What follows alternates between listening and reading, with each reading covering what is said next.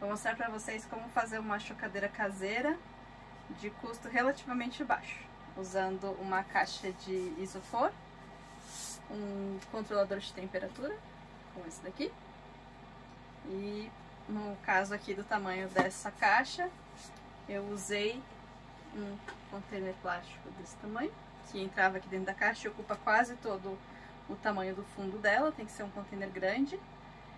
Não precisa ser tão alto como esse, pode ser mais raso.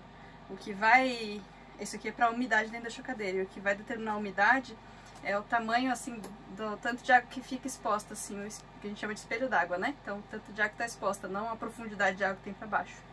Então, para dar certa umidade, o container tem que ser quase o tamanho do fundo da chocadeira, um pouquinho menor. E aí, no meu caso, com esse isopor, deu certinho esse container aqui, essa caixa, né, plástica, e eu usei uma gradinha que eu tinha comprado para fazer cercadinho pet, comprei no Mercado Livre, e eu coloco ela aqui, ó. O tamanho da minha caixa é o tamanho dessa gradinha aqui. Ela cabe bem justinha, assim, ficou bem apertada. E por cima vocês vão ver que eu coloquei ainda uma telinha. Os ovos aqui, a maioria não cai, eu coloquei eles apoiados aqui, mas como tem ovo que é menorzinho, eu coloquei uma telinha ainda por cima, mas tem que ser uma tela furada, para a umidade da água poder evaporar para a chocadeira toda. E vai precisar também de um termômetro de bulbo, né? Sem ser digital. Esse aqui é um bem sem vergonha, pode ser um termômetro melhor, mas é esse daí. E se você compra no Mercado Livre também, eu vou mostrar ele instalado aqui. Vem cá, meu cameraman. É multifuncional, é marido, cameraman. Aqui tá marcando 38, a temperatura ideal é entre 37,5 e 37,8.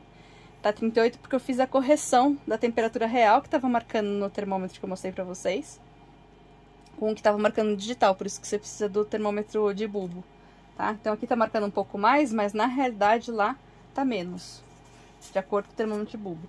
Então tá instalado aqui. Aqui eu cortei uma janelinha para poder dar para ver os ovos lá dentro quando estiverem nascendo, sem eu precisar ficar abrindo e mexendo na umidade, na temperatura, que toda vez que eu abro é uma intervenção. E aí eu vou mostrar aqui pra vocês. Vamos intervir então, né? Vou mostrar aqui pra vocês o que mais vai precisar. Uma lâmpada, um soquete de cerâmica para lâmpada e aqui, ó, tá vendo que tem uma chapinha de eucatex aqui, de madeira de eucatex, e aqui eu coloquei ainda, essa que nem precisava, mas eu coloquei uma de metal também, mas só a de eucatex já serve, que é só para eu não fixar esse soquete cerâmico direto no isopor, que senão ia derreter, porque ele esquenta, né, e o isopor derrete com o calor. Então por isso que tem isso daqui, e aí a gente fixou aqui com um araminho passando lá pro outro lado da chocadeira, aqui por fora, né, dobramos e passamos silver tape só para segurar. Então tá fixado assim, né? Aí o controlador de temperatura, ele tem uma sonda para verificar a temperatura dentro da caixa e poder controlar. Essa sonda você deve colocar ela na altura mais ou menos dos ovos, um pouquinho para cima, né, para não encostar no ovo quando tiver ovo aqui. Então coloca na altura dos ovos e aí você vai ajustar o controlador de temperatura para ele bater com o mesmo número que tiver no termômetro de bulbo. Aí ele vai fazer acender e apagar a luz de acordo com a necessidade de aumentar a temperatura ou não. Aqui tem um controlador de umidade, um controlador não, desculpa, ele é só medidor de umidade. Aqui no percentual é a umidade, então tá 44% de umidade. Tava em torno de 55%, tá caindo porque a gente abriu a caixa, deve ficar em torno de 55% a 60%. E aumentar um pouquinho mais no dia da chocagem. Então tem esse daqui, esse modelo aqui, pode ser um modelo mais simples, mais barato, que tem sondinha como esse daqui, mas esse também serve. Então olha lá no fundo agora que eu falei pra vocês, ó. A gente tem a gradinha, dá pra ver o movimento da água ali, ó. Ó, a água lá no fundo. Eu encho uma vez só, como esse container é bem grande, provavelmente uma vez só vai dar pra chocagem inteira. E aqui a telinha que eu falei, essa telinha aqui é aquelas telas de proteção que não sei se em todos os estados tem, mas o pessoal quando tá roçando o capim da estrada, eles põem essas telas laranjas pra não ir mato, né? Pra rodovia. É esse tipo de tela. Eu fixei naquela outra telinha lá que eu mostrei pra vocês, naquela outra gradinha. Então é bem simples, é só isso. Como esse isopor ele é bem alto, você viu que eu pude usar um container bem alto. Isso aproximou meus ovos também da fonte de calor. Tá funcionando bem só com essa lâmpada aqui. Eu poderia distribuir melhor o calor se eu colocasse uma lâmpada aqui e uma lâmpada aqui. Eu ia distribuir melhor esse calor, mas tá funcionando bem. Todos esses ovos, ela tem capacidade para 48 ovos aqui. Eu tô com 45 desenvolvendo e os outros não estavam galados. Então eu tô com desenvolvimento de 100% dos ovos viáveis, por enquanto.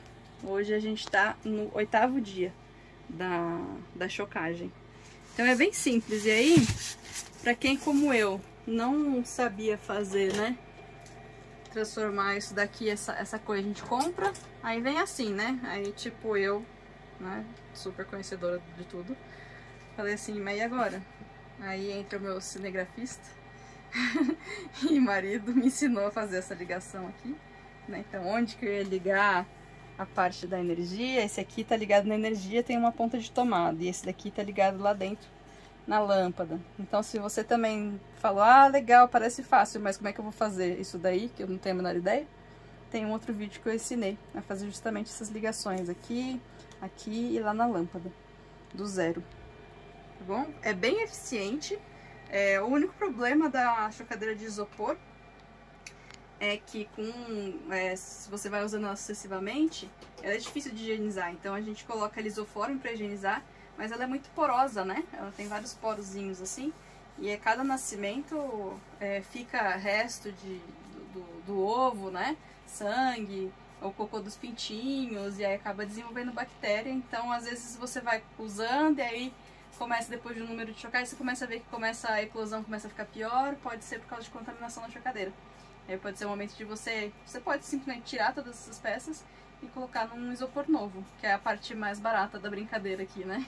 No total, o valor do isopor, se você comprar ele até...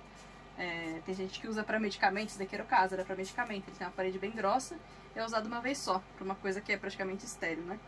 Então, quer dizer, não é estéril, mas não é uma coisa suja. Então é bem tranquilo. E outra opção é você fazer um nascedouro, né? Você pode fazer o nascedouro numa caixa de papelão.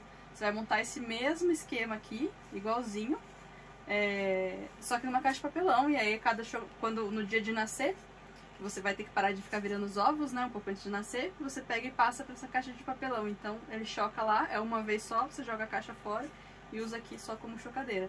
Sempre higienizando mesmo assim a cada chocagem. Também eu já fiz isso, é viável. E aí você compra 2 conjuntos de tudo, né? Quer dizer, o de umidade não precisa, que você pode tirar e levar para outra, mas esse daqui fica fixado na chocadeira. Outra lâmpada e outro controlador de temperatura. Mas é isso, e é ótima a taxa de eclosão, assim, dá super certo. O único problema que eu vejo dessa chocadeira, que não é um problema, é só um incômodo, é que você tem que vir pelo menos 3 vezes por dia e virar todos os ovos manualmente, né? Enquanto que numa chocadeira comercial automática, essa rolagem você não precisa fazer, né? A chocadeira mesmo faz. Mas é bem mais econômico, funciona muito bem. Se você achar um isopor que tem essas paredes grossas assim, ó, a parede desse isopor é assim, vai manter bem a temperatura também, então não gasta muita energia e segura bem aqui a temperatura e a umidade. Acho que vale super a pena.